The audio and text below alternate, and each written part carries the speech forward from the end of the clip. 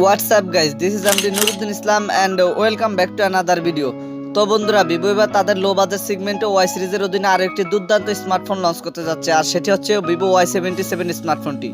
এই ফোনটিতে থাকছে মিডিয়াটেক ডায়মেনসিটি চিপসেট ও 5000 মিলিঅ্যাম্পিয়ারের সুবিশাল ব্যাটারি এবং লো বাজেট সেগমেন্টের ফোনটিতে আমাদের জন্য দারুণ কিছু স্পেসিফিকেশন অফার করছে। তো আজকের ভিডিওতে আপনাদেরকে জানাবো ভিভো Y77 এই স্মার্টফোনটির ফুল স্পেসিফিকেশন অ্যান্ড সেই সাথে জানাবো ফোনটির প্রাইস এবং এর লঞ্চিং ডেট নিয়ে। আর ভিডিওটি কন্টিনিউ করলে আপনারা আরও জানতে পারবেন বাজেট রেঞ্জে ফোনটি কি আমাদের জন্য ভ্যালু ফর মানি প্রোভাইড করছে, নাকি এই বাজেটে মার্কেটে আরও কোনো সেরা স্মার্টফোন বর্তমানে আছে। এই সকল প্রশ্নগুলোর উত্তর থাকবে আজকের এই ভিডিওতে, সুতরাং আমি আশা করবো আপনারা ভিডিওটি স্কিপ না করে পুরো ভিডিওটি মনোযোগ সহকারে দেখবেন। তো চলুন কথা না বাড়িয়ে মূল ভিডিওতে যাওয়া যাক।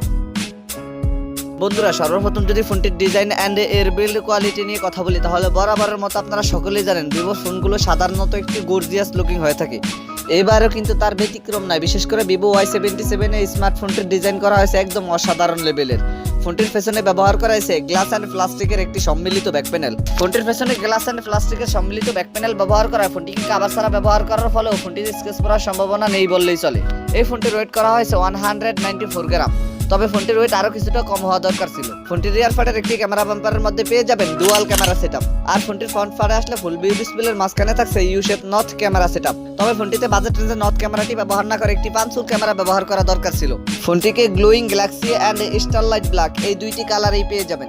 তো ফোনটির ডিজাইন নিয়ে বলতে গেলে পার্সোনালি ফোনটির ডিজাইন আমার কাছে অনেক ভালো লেগেছে। আপনাদের কাছে ফোনটির ডিজাইন কেমন লেগেছে কমেন্ট করে অবশ্যই জানাবেন। দেন সেকেন্ডারি যদি ফোনটির ডিসপ্লে নিয়ে কথা বলি, তাহলে এই ফোনটিতে ব্যবহার করা হয়েছে 6.58 ইঞ্চির একটি IPS LCD প্যানেলের ডিসপ্লে, যাতে থাকছে ফুল HD প্লাস রেজুলেশন, এবং এই ডিসপ্লেতে ব্যবহার করা হয়েছে 401 ppi ডেনসিটি।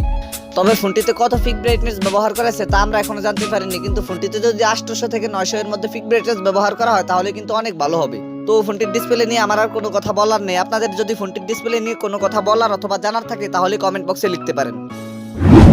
এবারে যদি ফোনটির পারফরমেন্স নিয়ে কথা বলি, তাহলে এই ফোনটিতে রান করবে ফান্টাস 12 বেসড অন অ্যান্ড্রয়েড 12, আর চিপসেট হিসেবে ফোনটিতে ব্যবহার করা হয়েছে মিডিয়াটেক ডায়মেনসিটি 810, যেটি 6 ন্যানোমিটার আর্কিটেকচারে বিল্ড করে একটি অক্টাকোর প্রসেসর, আর জিপিইউ হিসেবে ফোনটিতে থাকছে মালি G57 MC2। ফোনটিকে আপনারা 8128 অ্যান্ড 8256 এই দুইটি ভেরিয়েন্টে পেয়ে যাবেন।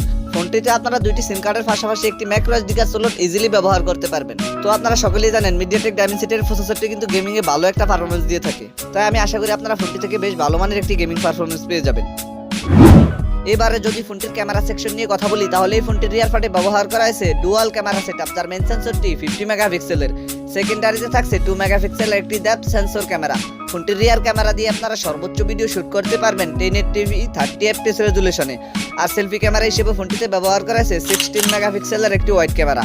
ফোনটির সেলফি ক্যামেরা দিয়ে আপনারা সর্বোচ্চ ভিডিও শুট করতে পারবেন 1080p 30 fps রেজুলেশনে। তবে ফোনটির রিয়ার ক্যামেরা সেকশনে অন্ততপক্ষে 8 মেগাপিক্সেলের একটি আল্ট্রা ওয়াইড সেন্সর ব্যবহার করা দরকার ছিল। তবুও বাজেট রেঞ্জে ফোনটির ক্যামেরা সেকশন একদম খারাপ এটাও বলা যাবে না।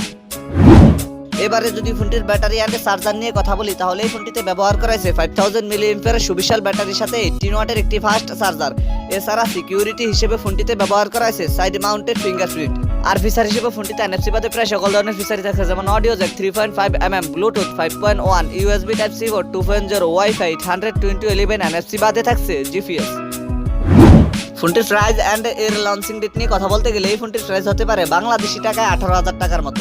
এই ফোনটিকে আপনারা ইন্ডিয়ার মার্কেটে আগস্ট মাসের শেষের দিকে পেয়ে যেতে পারেন, আর বাংলাদেশি বাজারে ফোনটিকে সেপ্টেম্বর মাসের দিকে পেয়ে যেতে পারেন। তো এই ছিল আমাদের আজকের ভিডিও। আশা করি আপনাদেরকে ভিভো Y77 এই স্মার্টফোনটি সম্পর্কে মোটামুটি একটি ভালো ধারণা দিতে পেরেছি। এরপরে যদি আপনাদের কোনো সমস্যা থেকে থাকে তাহলে কমেন্ট বক্সে জানাতে পারেন, আমি চেষ্টা করবো আপনাদের কমেন্টে রিপ্লাই দেওয়ার জন্য। আর যদি মনে হয় ভিডিওটি থেকে একটু উপকৃত হয়েছেন তাহলে ভিডিওটিতে একটি লাইক দিয়ে দিবেন, ভিডিওটি বন্ধুদের মাঝে শেয়ার করে দিবেন। Anyway, thank you so much for watching this video. দেখা হচ্ছে খুব শীঘ্রই নতুন কোনো ভিডিওতে নতুন কিছু নিয়ে। চিল দেন, টেক কেয়ার, আসসালামু আলাইকুম।